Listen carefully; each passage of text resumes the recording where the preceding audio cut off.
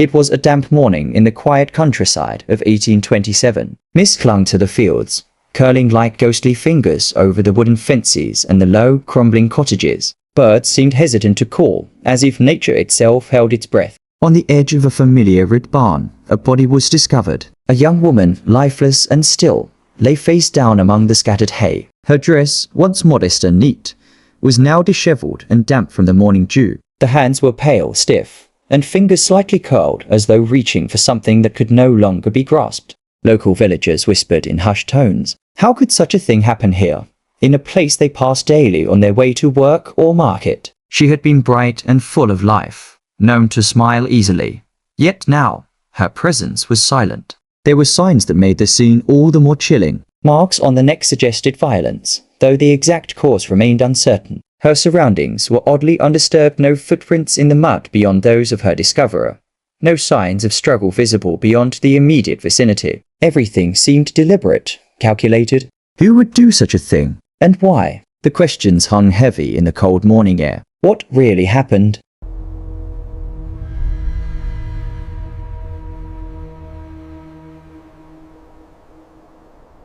Today, we delve into one of history's most infamous cases, a murder that shocked rural communities, stretched across nations, and left families haunted for generations. We will uncover the evidence, the conflicting testimonies, and the tangled web of secrets that surrounds this case. We will piece together the story, minute by minute, witness by witness, and while some questions have been answered over the decades, others remain a mystery. By the end, you may find yourself wondering, how could something so simple a meeting in a barn end in such darkness? It was a local laborer, Thomas Wren, who first came upon the scene. He had been walking toward the barn to tend the animals, basket in hand. It was precisely 6:45 a.m., according to his testimony. The sun had just begun to rise, spilling weak light across the damp earth. I thought it was hay at first, Thomas would later recall. But then, I saw her hand. I knew immediately something was wrong. He approached cautiously. The body was face down, her head turned slightly to the side, eyes half closed. There was a strange stillness about her, as though she were sleeping. Yet the chill of the morning air did little to soothe the horror he felt. Thomas ran toward the nearest cottage, shouting for help. Within minutes, the constable arrived, his boots sinking into the muddy ground. He examined the body carefully, noting the unusual lack of blood around the neck and the curious positioning of the limbs. The scene. It's unlike anything I've seen, he muttered to the assisting officers. No struggle. Yet it's clear she did not die naturally. Neighbors gathered cautiously. Some whispered about disputes they had heard, others about clandestine meetings. But none could explain why the young woman had ended her life or why someone would have ended it for her. The constable ordered the body moved carefully to the barn's loft, a space that would serve as a temporary holding area before the coroner arrived. The coroner, a stern man with spectacles perched on his nose, examined the body thoroughly. Autopsy notes, later published, described the body as showing signs of asphyxiation, though other details remained ambiguous. Bruises on the arms suggested she had tried to resist, but the marks were inconsistent with a long struggle. There were no defensive wounds on the hands, only faint scratches on her clothing. Even more puzzling were the surroundings. A single lantern lay tipped over near the haystack, its all mostly intact. Nearby, a small pile of letters and folded papers had been partially buried beneath straw. Nothing appeared stolen. Nothing obvious suggested a motive. The coroner's final notes indicated that the exact cause of death could not be conclusively determined. It was clear she had been placed carefully, almost reverently, within the barn. Whoever had committed this act had known the location well and had taken measures to avoid leaving traces. Witnesses, when questioned, recalled seeing a figure in the vicinity the night before, cloaked and moving with a deliberate pace. Some insisted it was a man. Others said it was impossible to tell. No one approached, fearful of being involved, unsure if the figure was friend or foe. By mid-morning, the small village was gripped with fear. Mothers held children close, and men lingered by doorways, speaking in low, hurried tones. Every shadow seemed suspect, every footstep a possible threat. And as the sun climbed higher, it became clear that this was more than a local tragedy. The mystery had threads reaching far beyond the village, promises of secrets, hidden relationships, and a darkness that would unfold slowly, inexorably, in the days and weeks to come. Maria had grown up in a modest village, the daughter of a farmer and his wife. Born in 1809, She was known for her gentle demeanor, a quiet intelligence, and a smile that could ease the hardest hearts. From childhood, she showed a fondness for the outdoors, wandering along the fields and streams, often pausing to watch birds or tend small animals she rescued. Her schooling was brief, as was common for girls in the rural communities of the 1820s, but she was diligent. She learned to read and write, often borrowing books from neighbors or listening attentively when someone recited passages aloud. Maria's curiosity extended beyond the ordinary. She was fascinated by stories of distant towns, ships crossing the sea, and even the whispers of America's distant influence filtering through travelers' tales. As a young woman, she worked in small markets and for local families, known for her meticulous work ethic and the care she took in every task. She could sew, cook, and manage the household chores expected of her age, but she also had a playful side, sharing small jokes, tending the garden, or humming while tending livestock. Her social life, though limited by the norms of the time, was vibrant. She formed close friendships with neighbors, often exchanging notes folded carefully in envelopes, sometimes carrying small trinkets or pressed flowers. In her letters, she spoke of dreams, hopes, and occasionally of unease, passing mentions of secret meetings or encounters that made her uncomfortable, though she never detailed them fully. What made her last particularly haunting was her familiarity to the community. She was no stranger. She had been seen at the local church, at the market, and at village fairs. People knew her laughter, her small acts of kindness, and her cautious independence. And yet, none could have foreseen that one of these moments, on an otherwise ordinary night, would end in tragedy. Neighbors described her as cautious, but not fearful. She trusted selectively, but when she trusted, she did so fully. Perhaps that trust had led her into the path of someone who would exploit it. Her family remembered her fondly. Her mother spoke of Mary's careful hands, her father of her quiet intelligence. Even her siblings, often wrapped in the everyday disputes of family life, could not help but recall her warmth and gentle presence. This made the crime all the more personal and shocking. The victim was not a distant figure, but a known, cherished part of the village. The family of the victim, though outwardly ordinary, contained threads of complexity that only emerged after her disappearance. Maria's father, a stern man accustomed to managing his land, had always been wary of outsiders. His protective nature sometimes led to friction within the household, particularly with his younger children, who chafed against his authority. Mary's mother, gentle and soft-spoken, often acted as a mediator. Letters later discovered suggested that she had suspected tensions among family members, though she never spoke them aloud. There were mentions of suitors, secret visits, and an unusual correspondence with a man from a distant county, whose presence in village life was only partially documented.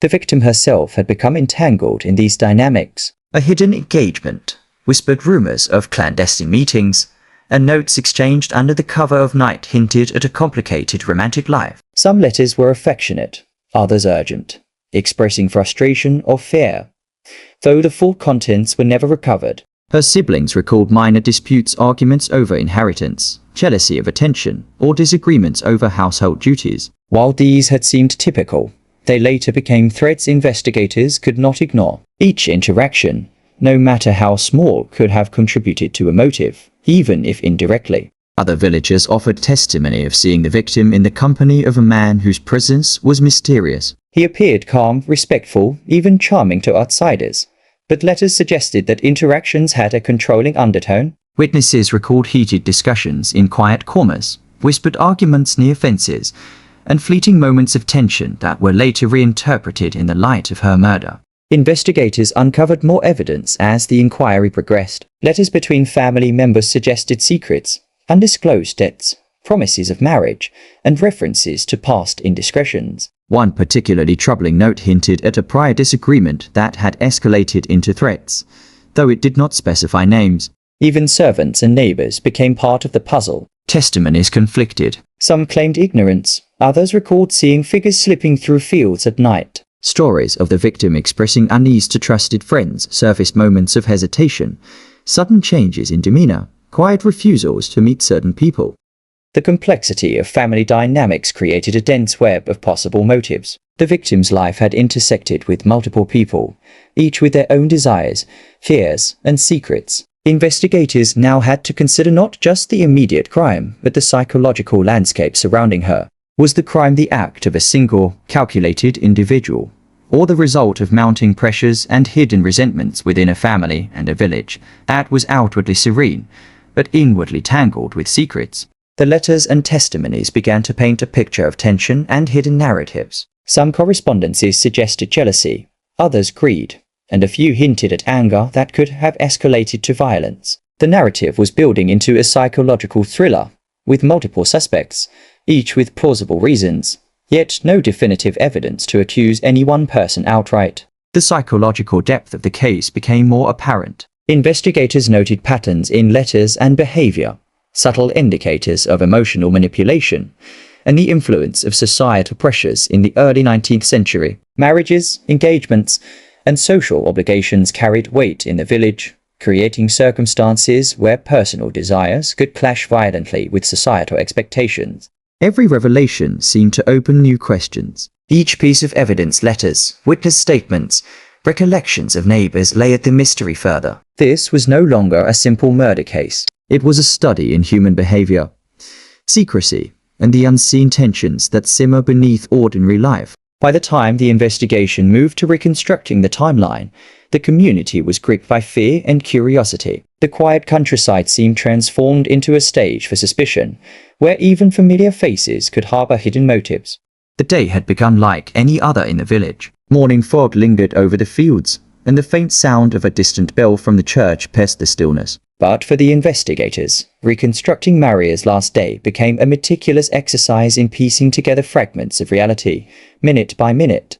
At 6:15 a.m., the first witness, a neighboring farmer, recalled seeing her walk along the dirt road toward the red barn. Her posture was careful, her steps measured. She carried a small basket, filled perhaps with provisions or flowers for the market. The morning light caught the edges of her shawl, highlighting the delicate lace her mother had sewn. By 6:45 a.m., another neighbor saw her speaking quietly with a man near the edge of the barn. The conversation appeared calm, almost mundane, yet his gestures slightly abrupt. Hands fidgeting later became significant when cross-referenced with letters and notes found in her home. At 7:10 a.m., a passing trader noticed the barn door slightly ajar. From his position at the road, he could see shadows moving inside. He assumed it was routine work, unaware of the sinister events unfolding. Investigators later noted this as the last confirmed sighting before the crime. Security was rudimentary in 1827. There were no cameras, no automated logs, only memory and testimony. Every recollection mattered. Interviews revealed subtle details. The sound of a horse clip-clopping along the lane, a dog barking once in the distance, a sudden hush when a bird startled from the rafters. These moments, though ordinary, formed the texture of the timeline. At 7:30 a.m., the first scream was reported faint, almost lost amidst the morning mist. The farmer who heard it initially thought it was the wind through the barn beams. By 7:45, the farmer entered, finding the barn door open wider and a faint stain near the threshold. The body would be discovered shortly after, but reconstructing these exact moments was crucial. Every piece of evidence, footprints in the soft earth, the disturbed hay, marks on the floor was measured and catalogued. Investigators noted the angle of objects knocked over, the positioning of tools, and the absence of certain personal belongings. Minute details told a story that testimony alone could not.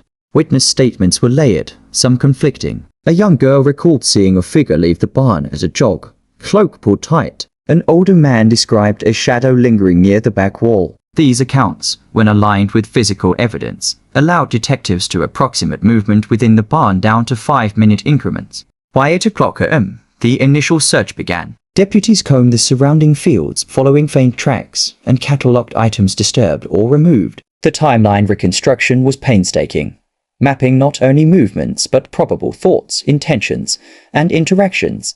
Investigators also examined letters and prior correspondences to infer emotional states. One note, written just days earlier, expressed frustration and caution about a particular individual. When combined with the timeline, it hinted at tension that could have erupted into violence that morning. Minute by minute, the story of the crime day emerged. Each detail, the creak of floorboards, the flutter of curtains, the distant sound of animals became part of a cinematic sequence. Even without cameras, the investigation recreated the scene with precision, drawing the viewer's imagination into the stark reality of that morning. With the timeline reconstructed, authorities turned to interrogations. They called family, acquaintances, and anyone who had been near the Red Barn in the days preceding the murder. The first to speak was Mary's betrothed, or so the villagers assumed. His account was meticulous, yet small inconsistencies emerged under questioning. "I saw her at dawn," he said, "and she was alone, yet a neighbor's testimony suggested he was seen on the path toward the barn at the same time." Memory gaps became evident. I cannot recall the exact hour," another witness admitted. "Perhaps it was later than I thought." These small slips, repeated across multiple statements, created tension. Investigators noted that these gaps were not mere forgetfulness, but potential openings for deceit. Confessions were partial, never full. One servant whispered about an argument overheard late at night, but claimed she could not remember the exact words. Another neighbor recalled a sudden disappearance of a figure from the barn, yet could not confirm identity. Emotional breakdowns punctuated testimonies. Mary's mother collapsed repeatedly, unable to speak coherently when asked about the events leading to the morning of the murder. Her father, stoic but trembling, recounted minor quarrels he had dismissed days before. These human elements underscored the psychological weight of the crime trauma layered atop mystery. Conflicting stories multiplied. Letters suggested a secret engagement. Witnesses denied ever seeing such arrangements. A young boy recalled seeing a lantern outside the barn, yet another insisted it was earlier than claimed. Each inconsistency heightened suspense, forcing investigators to parse truth from misremembered moments. The notion of cover-up arose. Some family members offered vague accounts of actions taken to protect her memory or to avoid scandal, indicating that secrecy might have influenced behavior even before the murder. Investigators meticulously charted these accounts against the timeline, searching for connections between deception and motive. One reconstructed conversation between two villagers, recalling events near the barn, revealed subtle psychological cues. Villager A: "Did you see the figure near the hay?" Villager B: "I thought it was the stable boy. But the cloak, no, it was taller." Villager A: "Taller? You mean someone we know?" Villager B: "I cannot say. I only remember the shadow." Moments like this created cinematic tension, ambiguity, fear, and the weight of uncertainty. Investigators also noted behavior patterns. Certain individuals avoided direct eye contact, others gave excessive detail in irrelevant areas, and some seemed unnaturally calm. Psychological profiling, though rudimentary by modern standards, was employed to infer potential roles in the crime. By the end of this act, the audience is drawn into the labyrinth of human psychology and the fog of incomplete evidence. Every minute, every word, every hesitation becomes part of the story. The stage is now set for the trial, where defense and prosecution narratives will collide, and viewers will be positioned as virtual jurors weighing evidence, motive, and human behavior. The courtroom in the nearby town hall was crowded with villagers, curious onlookers, and reporters from local newspapers. The heavy oak doors closed, echoing through the chamber as the trial commenced. Candlelight flickered against the walls, casting long shadows, and the murmurs of anticipation created an almost tangible tension in the air. The defense attorney, a sharp, deliberate man, rose to address the jury. "Ladies and gentlemen," he began, "we must examine the facts with care. Consider the man's character, the contradictions in witness statements, and the lack of direct evidence." He meticulously laid out the defense's argument. The accused had no prior history of violence. Witness testimonies were inconsistent and unreliable. Timing suggested multiple potential perpetrators. Certainty was impossible. He pointed to gaps in the timeline reconstruction. "We have a day filled with fog, poor lighting, and human error. Can we truly claim to know who acted when, or who held intent?" The prosecution countered with measured urgency. "The evidence is clear," the attorney declared. "Footprints, letters, and the last confirmed sightings all indicate a deliberate action. The accused had motive, opportunity, and a history of manipulation that cannot be ignored," he highlighted. The letters expressing frustration and conflict. Witness reports of suspicious movements near the barn. The concealment of family secrets that could have fueled anger and fear. "Judge, state your case clearly and with evidence." Defense: "Your Honor, the alleged movements are inferred, not witnessed." "We must question assumptions." Prosecution: "Assumptions built on facts are precisely what reveal the truth." "We follow the evidence where it leads." The jury listened, visibly grappling with the conflicting narratives. The defense emphasized emotional appeals, stressing compassion and the possibility of error. The prosecution leaned on evidence and chronological reconstruction, seeking to align human behavior with observed facts. Throughout the trial, witnesses were cross-examined repeatedly. Small details like the position of a lantern, the angle of footprints, or the timing of a horse's neigh became pivotal. Every hesitation, every glance, every tremor was noted. These moments heightened tension, as the courtroom felt more like a stage for a psychological thriller than a place for legal deliberation. The defense concluded by reminding jurors of doubt, ambiguity, and the stakes of condemning an innocent person. The prosecution, in contrast, recounted the reconstructed timeline, witness accounts, and letters, presenting a narrative that left little room for alternative interpretations. The audience outside and inside the courtroom was gripped. Emotions ran high. Whispers and gasps punctuated the silence between arguments. The jury would now deliberate, but the weight of uncertainty had already settled into every heart. After hours of deliberation, the jury returned. The atmosphere was thick with anticipation. Maria's family sat in silence, their grief palpable, while villagers craned their necks to catch a glimpse of justice unfolding. The foreman stood, holding the folded slip of paper. He read aloud, "Guilty." A collective sigh swept through the courtroom. Relief, shock, disbelief all coexisted in the same space. The accused remained silent, composed yet with eyes that betrayed a flicker of despair. Even with the verdict, claims of innocence continued, whispered through defense counsel. He did not act alone. He did not act as alleged. The judge imposed a sentence appropriate for the era, emphasizing both punishment and public example. Yet the legal conclusion did not end the emotional resonance. Maria's mother wept openly, while her father bowed his head, haunted by what had been lost and what remained unresolved. Outside the courtroom, the wind swept through the village, rustling the edges of the barn where it all began. In imagination and memory, the final moments of Maria's life lingered, the quiet footfalls, the shadowed barn, the whispered secrets. Villagers would tell the story for generations, each retelling a mixture of fact, conjecture, and lingering unease. The final narration drew viewers to reflection. How could such a tragedy occur in the heart of a small community? What motives remain hidden behind closed doors? Were all the truths uncovered, or do shadows still hide in plain sight? A barn bathed in pale morning light, empty and silent, served as a reminder. Justice had been rendered, but the human cost remained. Questions persisted, moral ambiguity lingered, and the chilling sense of unresolved mystery endured.